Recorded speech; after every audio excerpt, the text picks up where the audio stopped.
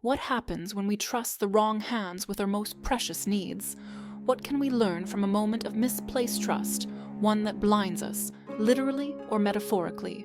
This story by Persian sage Saadi invites us to reflect on the folly of seeking answers where they cannot be found. Once, an ordinary man found his eyes painfully inflamed. The discomfort was maddening, and the thought of enduring it even a moment longer seemed unbearable. Desperate, the man decided to bypass the doctors who were too busy or too expensive. Instead, he turned to a veterinarian, a man known for his care of beasts of burden. Surely, the man thought, someone who treats animals must know a thing or two about eyes. After all, donkeys and cows have eyes just like people do. There was a kind of crude logic in his reasoning, but it was born of impatience rather than wisdom. The veterinarian listened to the man's complaints. He nodded, as though he understood the suffering exactly, and then reached for a vial of medicine, a salve he often used to treat animals' ailments.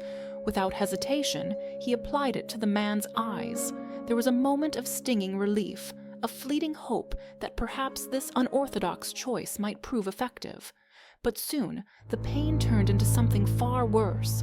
The world blurred, darkness spread, and the man's vision began to fade entirely. What had been a rash decision now revealed itself as a devastating mistake. The man was left in darkness, his sight stolen by his own folly. Blinded and enraged, the man decided to seek justice. He took his case to the courts, demanding that the veterinarian be held accountable. He stood before the judge, recounting the story of his agony, his desperation, and the disastrous treatment. He expected sympathy, perhaps even a sense of righteous anger on his behalf, but the judge, after listening carefully, simply shook his head.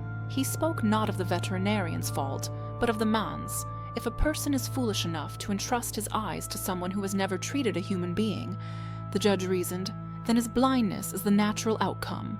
The veterinarian was, after all, only doing what he knew, treating as he would treat an animal. The blame lay with the man who had sought expertise where there was none to be found. The man left the court, not only blind, but burdened by the weight of his own foolishness. He realized, perhaps too late, that wisdom demands discernment. Not all who possess a skill are fit to solve every problem. The one who weaves mats may indeed be a weaver, but one would be a fool to ask him to weave silk. And so, the moral unfolds quietly. To entrust our most precious needs to unworthy hands is to invite disaster. True wisdom lies in recognizing where true expertise resides, and in understanding that impatience and desperation can often cloud better judgment. The man's blindness was not just a loss of sight, but a symbol of the darkness that descends when we fail to see the world, and ourselves, clearly. In the end, the very eyes that sought relief became a testament to the importance of thoughtful action. The story began with a question about misplaced trust, and it ends with an answer that is simple yet profound. Careless choices lead to irreversible consequences. Wisdom is not just in knowing what we need, but in knowing who is truly capable of providing it.